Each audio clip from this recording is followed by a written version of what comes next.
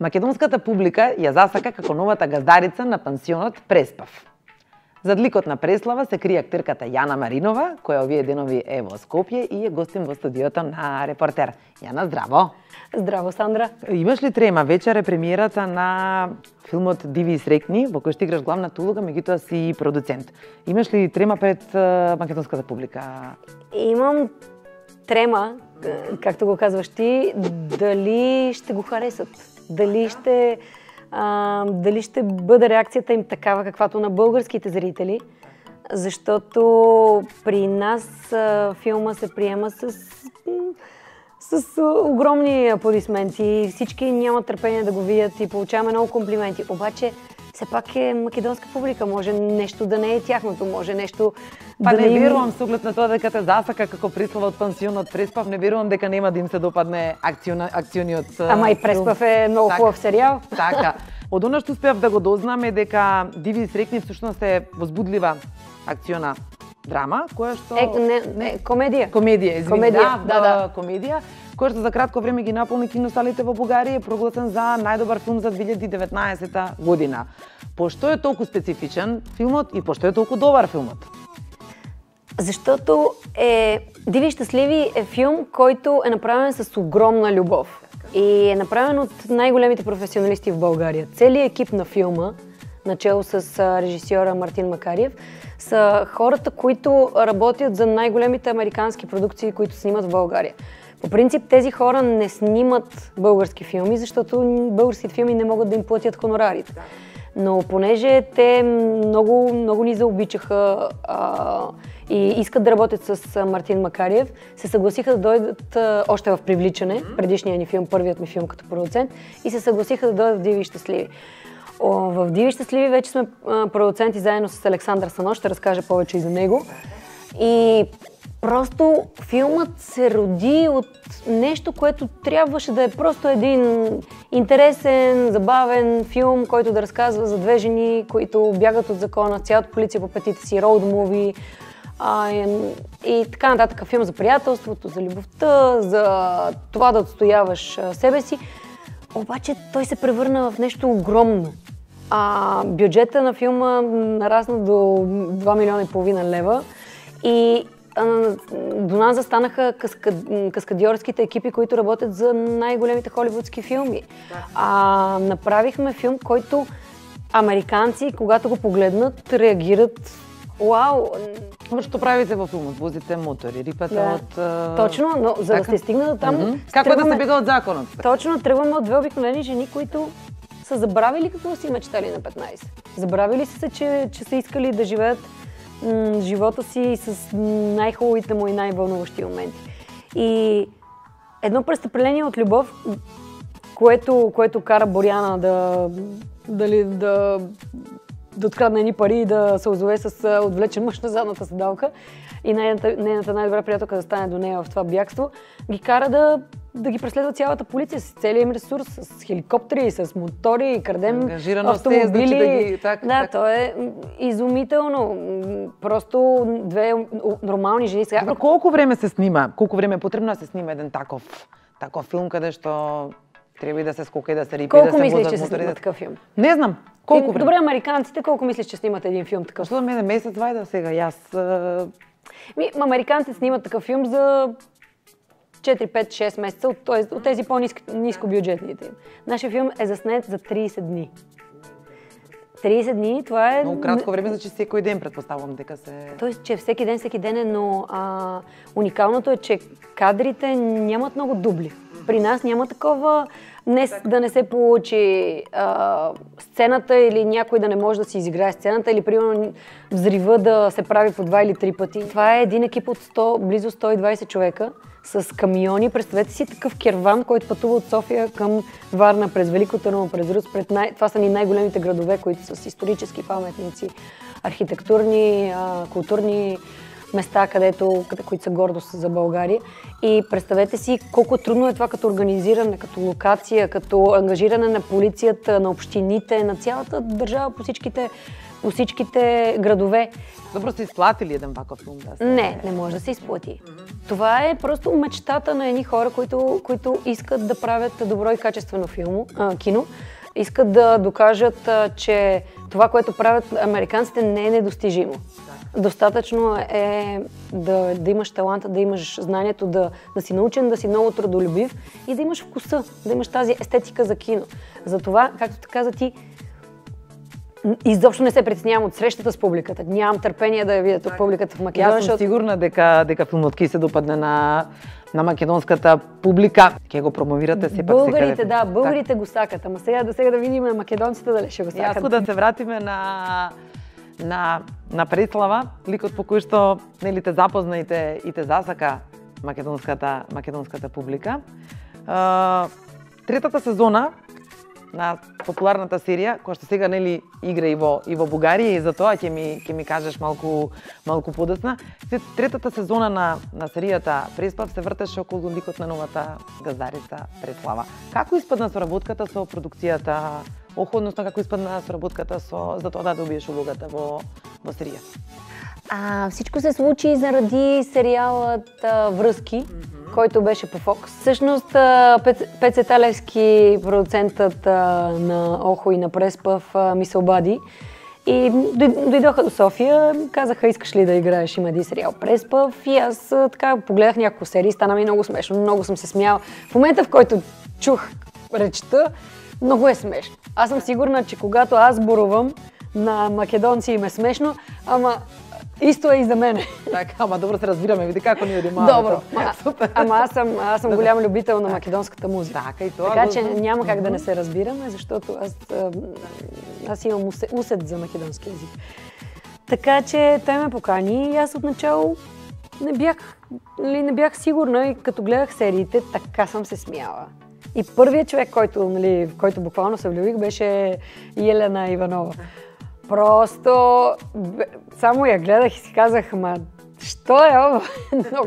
Много съм се смяла. Добро, често знаеше да й кажеш на Ула: јас ти предложив мира, ма ти се реши за војна. Ма ти сакаш војна. Да, тоа ти беше една од оние реплики кои што ги кажуваше со стил. Добре, ја прифати улогата, тргна снимањето, како се снајде на сет? От първия ден се чувствах много добре. Просто беше чудесно.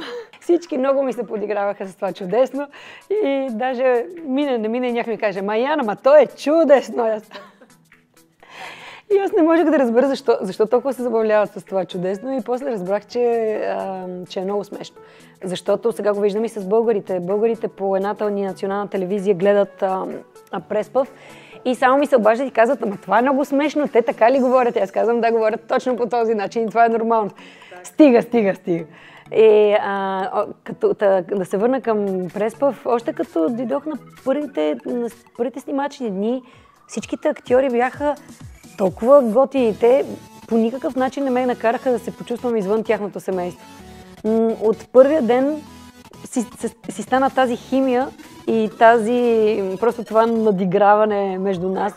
Като Яна съм малко по-джаста праста, а пък реших, че така си говорихме и с продуцентите и с режисьорите на Преспав, че е важно Преслава много да демонстрира своята сила и това, че е надменна и че тя ги разбира тия европските работи. Виж тук тези, ще ги научи на селски туризъм. Диви срекни е това Яна. Диви срекни немам улога. Това е филм, в кой съм си аз, както си бях на 15, както се чувствам като Яна. Си била каскадер? Откаде љубовта кон тоа? Той е въпрос на характер. Аз съм много адреналинен човек и имам потребност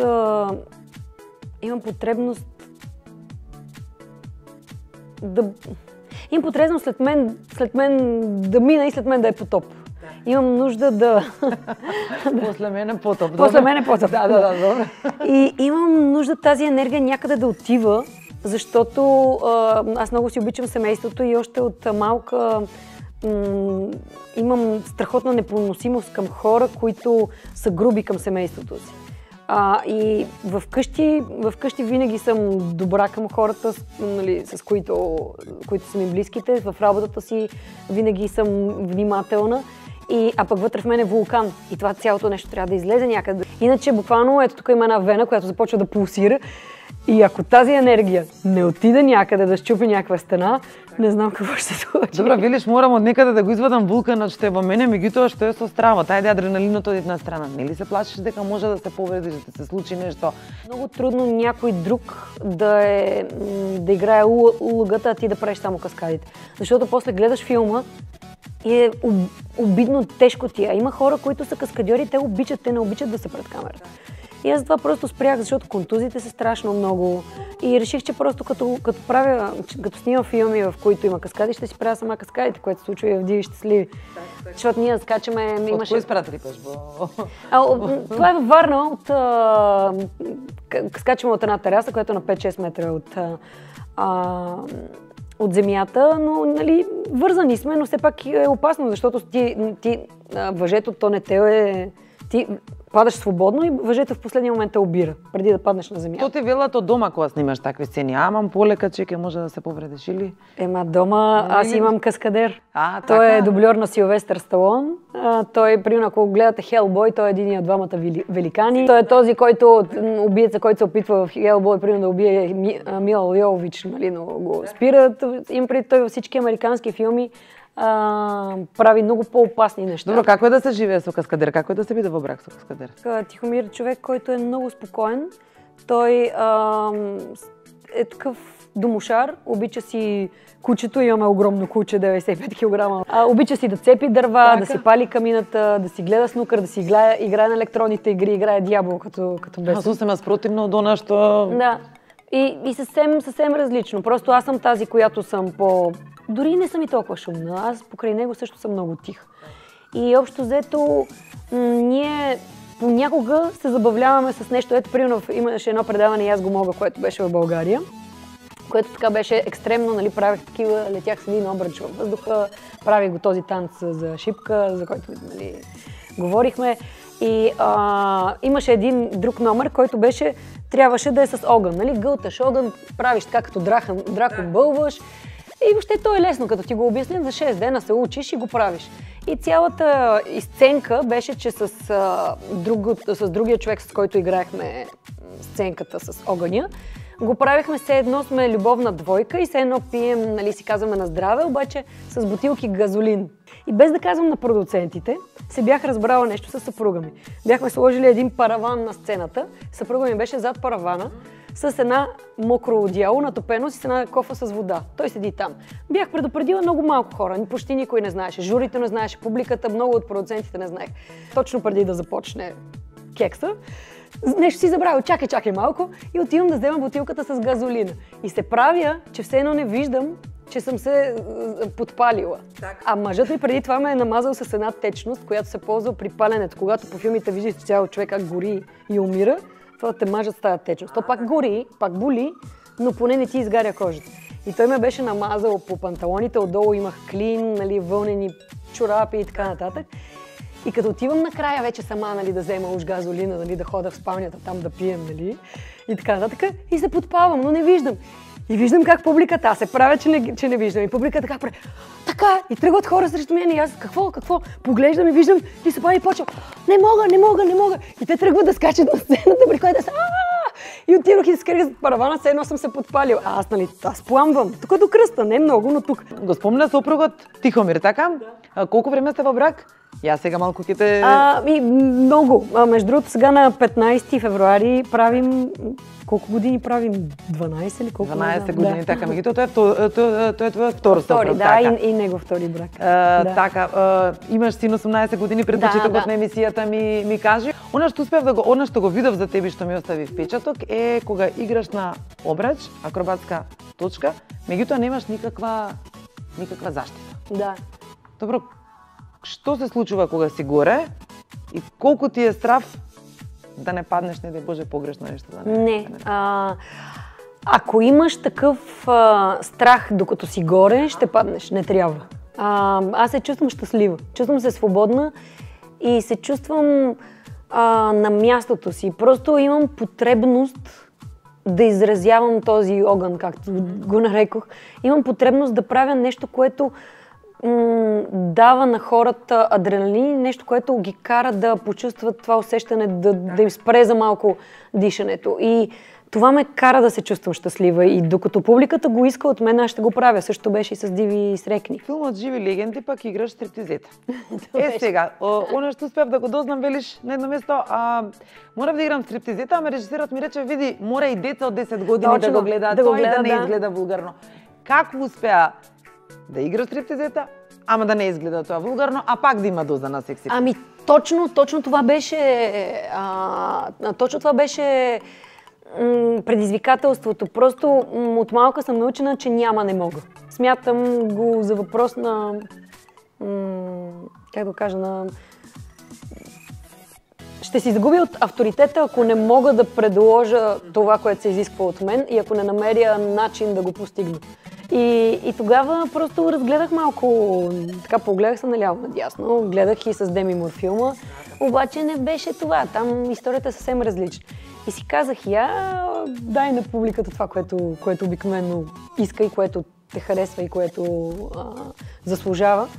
И така започнах да ходя на тези уроци по танц на шипка, но къде беше моята изненада, защото аз тръгвам с увереността, че няма нещо, което да не мога. Отивам, хващам се за шипката и така гледам, доволна съм. Аз съм във форма, в най-добрата си форма, в най-силните си години. И тя ми каза, хванете се така, учителка, инструкторката и се завъртете. И аз се хващам, тръгвам, се завъртам и си спускам. И пак не можеш в началото. Значи не е така едноставно, како што ние го гледаме. Примерно, ако си жена, която, да кажем, се е занимавала и нещо просто е по-силна в ръцете, може. Но за мен беше непосилно. Аз съм лекоатлетка и на мен краката са ми силните. Докато за жена е трудно. Отнеми 3-4 месеца в началото да си развия силата в ръцете. Пак беше свързано с много контузии, но когато накрая видиш резултата си, добре заслужаваш си. Беше дел од Survivor шоуто, беше мис на Бугарија. Како е да се биде најубавата бугарка? Ама не најубавата бугарка, бях мисис. Мисис е да си омъжена и най-вероятно с дете. Да си мис и да си красива на 20 или на 25 е лесно. Лесно е, защото ти просто си красива. Ама биди красива на 40. Ама да бъди красива на 35 и на 40. Не е лесно. И точно за това, когато бях мисис, аз не бях, там бях близо 27-8 години, пак си бях в хубавата възраст. Да, но просто не ми е било трудно да стана мисис, защото пак давам сравнението. По-трудно е да си красива на 40. И затова не го възприемам като нещо, като голяма гордост. По-скоро се радвам, че имах възможност просто да участвам в това приключение, защото отивах в Индия, конкурса беше в Индия, виждаш се с над 50 жени, които са мисис от всички страни. Примерно имаше една, това беше много смешно, аз винаги се забавлявам, защото хумора ми е такъв малко по...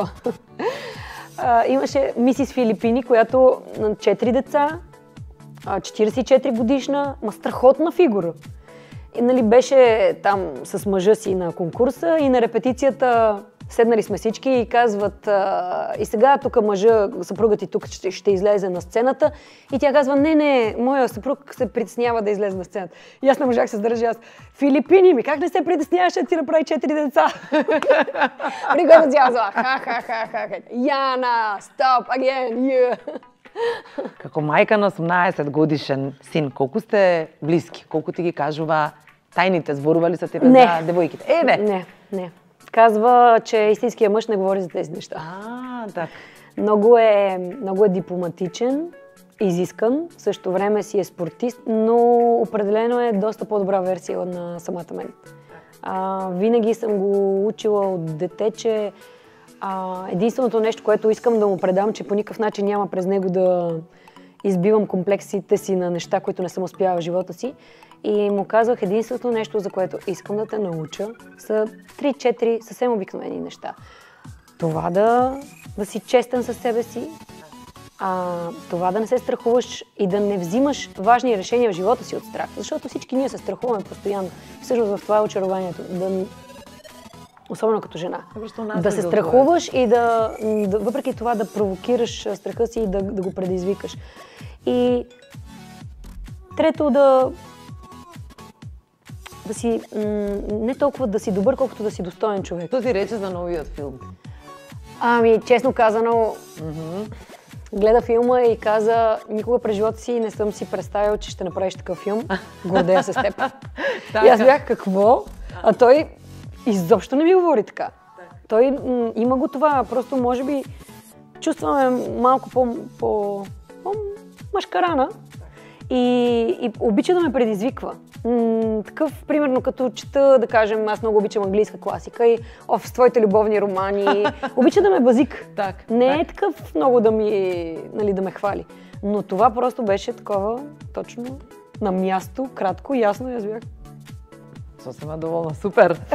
Потупах се право. Како една економистка, стана глумица. Бях управител на ресторант. Так. Бях управител на ресторант и на 26 години просто, както героината си Боряна в Диви срекни, си казах: какво правиш? Мисля, живота минава. Часовника гледаш ли? Трябва нещо да направиш в този живот. Не може да правиш нещо, което ти е скучно, независимо, че изкарваш пари. Трябва да преследваш мечтите си. И казах и отрязах и така. Отидох, отначало беше много трудно. Ходех, имахме такива предавания, като твоите, Сандра, които даваха по телевизията, обаче бяха доста на ниско ниво. И не ми харесваха, професионализма не ми допадаше. Та отидох в няколко телевизии и им казах: аз мога да ви водя предаване, в смисъл мога да пиша, добра съм, мога да правя скетчове, мога това, мога да... Ти луда ли си? Я бягай от тук. Един път, втори път, трети път и как така ли? Отворих едно списание. Манекенки. Манекенките са модерни, добре. Искам да се явя на кастинг. Отидох на кастинг, ама те на кастинга те приемат, в смисъл аз съм никоя. Те ти правят кастинг. Ако не ставаш, не те взимат. Добре, да отидох на кастинг, взеха ме за първата реклама там на мобилен оператор, отидох на първото си ревю и 2-3 месеца на 25 години новоизлюпила съм манекенка. Ма това е смешно. Те са на по 18 години, другите има на 16, аз съм на 25. Така и дойде и първата улога, защото търсиха масовка за един сериал Хотел България. И аз отидох, режисьора ме срещна в коридора и ме погледна, питаме там 2-3 неща. Аз му разказах един виц и той ми каза: ето я Калина. И така се започна. Така тръгна работата. Сосема за крај ми кажа дека разбираш македонски јазик, дека сакаш македонски песни. Имаш ли некоја која ти е омилена? Как мога да ти я? Сакаш ли да ти я изпея? Зашто да не? Ма как бе, тая? Аз като отида в македонска кръчма, това е първото нещо, което ги молам ги с червеното вино да ми. Казва се Сите пеят и е Јас за неја още болувам, љубав наша не преболувам, песна варам утеха за све, што ја нема крај мене.